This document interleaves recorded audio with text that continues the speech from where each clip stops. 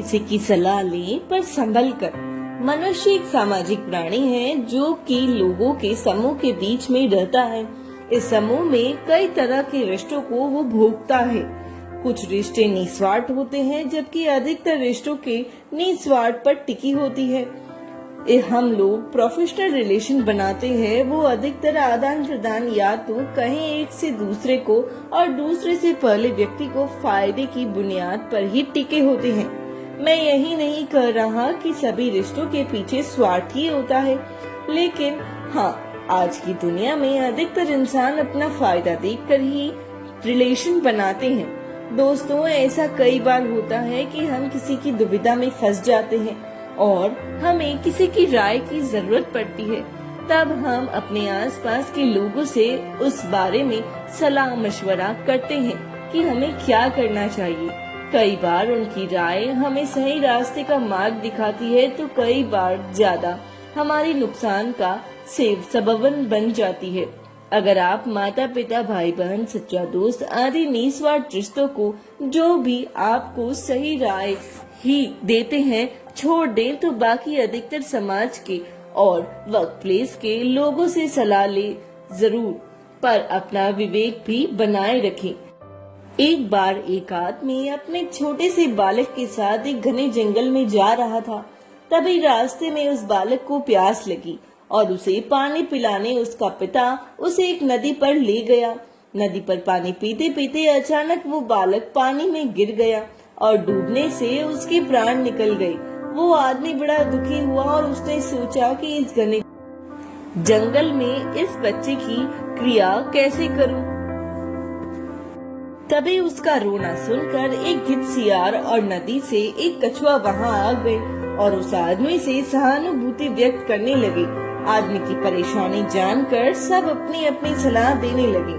सियार ने लार टपकाते हुए कहा, ऐसा करो, इस बालक के शरीर को इस जंगल में ही किसी चट्टान के ऊपर छोड़ जाओ, धरती माता इसका उद्धार कर देगी।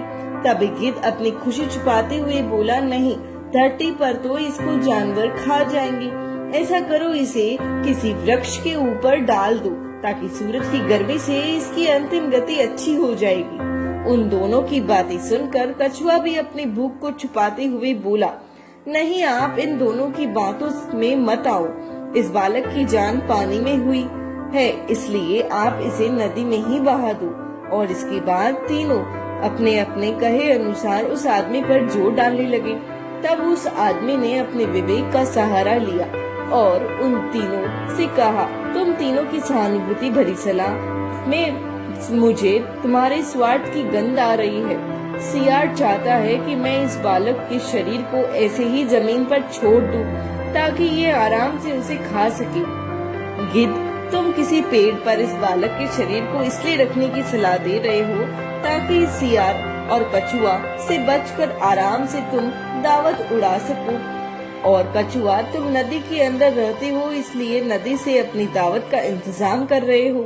तुम्हें सलाह देने के लिए धन्यवाद, लेकिन मैं इस बालक के शरीर को अग्नि को समर्पित करूंगा, ना कि तुम्हारा भोजन बनने दूंगा। यह सुनकर वो तीनों अपना छोटा सा मुंह लेकर वहां से चले गए। दोस्तों, मैं नहीं कह रहा कि हर व्यक्ति आपका स्वार्थ भरी सलाह ही देगा, लेकिन आज के इस कम्पिटिटिव युग में हम अगर अपने विवेक की छलनी से किसी सलाह को छान लेते हैं तो शायद ज्यादा सही रहेगा। हो सकता है कि आप लोग मेरी बात से पूरी तरह सहमत ना हो, पर कहीं ना कहीं आज के युग में ये बातें सच हैं कि मेरे नजदीक रहते हैं तो कुछ दोस्त ऐसे जो मुझ में ढूंढते हैं गलतियां अपनी। Thanks for watching. Do like, share and subscribe my channel.